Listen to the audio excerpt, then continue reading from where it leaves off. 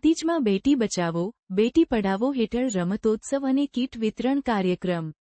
મહિલા અને બાળ અધિકારીની કચેરી સાબરકાંઠા દ્વારા પ્રાંતિજ નગરપાલિકા વિસ્તારની આંગણવાડી કેન્દ્રો ખાતે મંગળ દિવસની ઉજવણીમાં ભાગ લીધેલ તેમજ બેટી બચાવો બેટી પઢાવો યોજના અંતર્ગત આંગણવાડીના બાળકો સાથે રમતોત્સવની ઉજવણી કરેલ, જેમાં પહેલી 3 નંબર આવેલ બાળકોને ઇનામ વિતરણ કરેલ તથા નવજાત જન્મેલ દીકરીઓને દીકરી વઘામણા કીટ વિતરણ કાર્યક્રમ કરેલ, જેમાં gender specialist Sejalben Nai, specialist in financial literacy Dishaben Rajput, 7 star charitable ટ્રસ્ટના પ્રમુખ જીજનાબેન સોની, વિશ્વ ઉમિયા ફાઉન્ડેશન યુવા સંગઠન જિલ્લા ચેરમેન શ્રદ્ધાબેન પટેલ, સીડીપીઓ શ્રી ધુતીબેન, આંગણવાડી કાર્યકર બહેનો, સખી વન સ્ટોપ સેન્ટર સાબરકાંઠામાંથી દીપિકાબેન પટેલ તેમજ આંગણવાડીના ભૂલકાઓ આંગણવાડી કેન્દ્ર ખાતે ઉપસ્થિત તમામ લાભાર્થીઓને અને આંગણવાડી કાર્યકર બહેનોને મહિલાલક્ષી યોજનાઓની માહિતી DHEW ટીમ દ્વારા આપવામાં આવેલ. રિપોર્ટર મિનેશભાઈ વ્યાસ, તલોદ.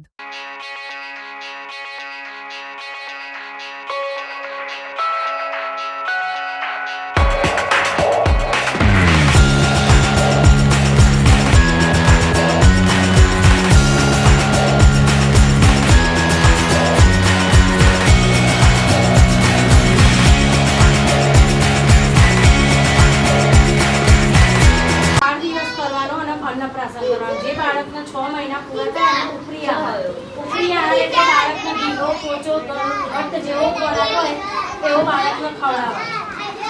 શાક છે, દાળ ભાત છે, પોચો ખોરાક, ખીચડી, પછી બટાકા વાળેલા છે, સીઝન પ્રમાણે ફ્રૂટ, બધું બાળકને ખવડાવવાનું.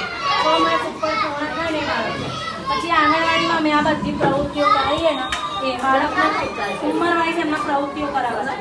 3 થી 4 વર્ષનું બાળક હોય તો એના પ્રવૃત્તિ કરી આવી રીતે ચોપડી પછી 4 થી 6 વર્ષના હોય ને એની બાળકની આ 3 થી 4 વર્ષના બાળક માટે અમે થીમ પ્રમાણે પ્રવૃત્તિ કરાવીએ.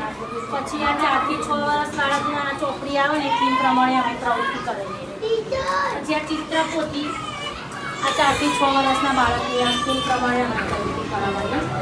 પછી આવી રીતે ચિત્રપોથીમાં આવી રીતે બાળકના પછી આવી રીતે આ બધા જે કલર ઓળખ ને બધું શીખવાડીએ. પછી ફળ હોય તો ફળમાં આવી રીતે બાળકોને દોરી પરોવા આપી અને ફળ કયું છે એવી રીતે અમે બાળકો ઓળખીએ. અને ક્લે આપી છે, ક્લેથી અમે બાળક જોડે માટીના મગડા બનાવીએ.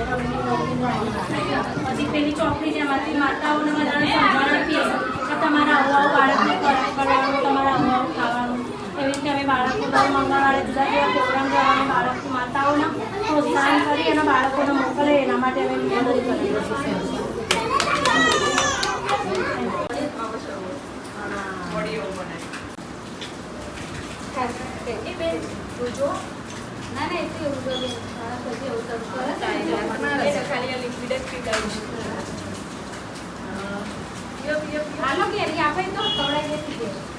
આવા ન્યૂઝ જોવા માટે સાબર આવાઝ યુટ્યુબ ચેનલને સબસ્ક્રાઇબ કરો અને લાઇક કરો, જેથી હવે પછીના દરેક સમાચાર સબસ્ક્રાઇબ કરેલા હશે તેઓને નવા સમાચારની માહિતી મળી જશે.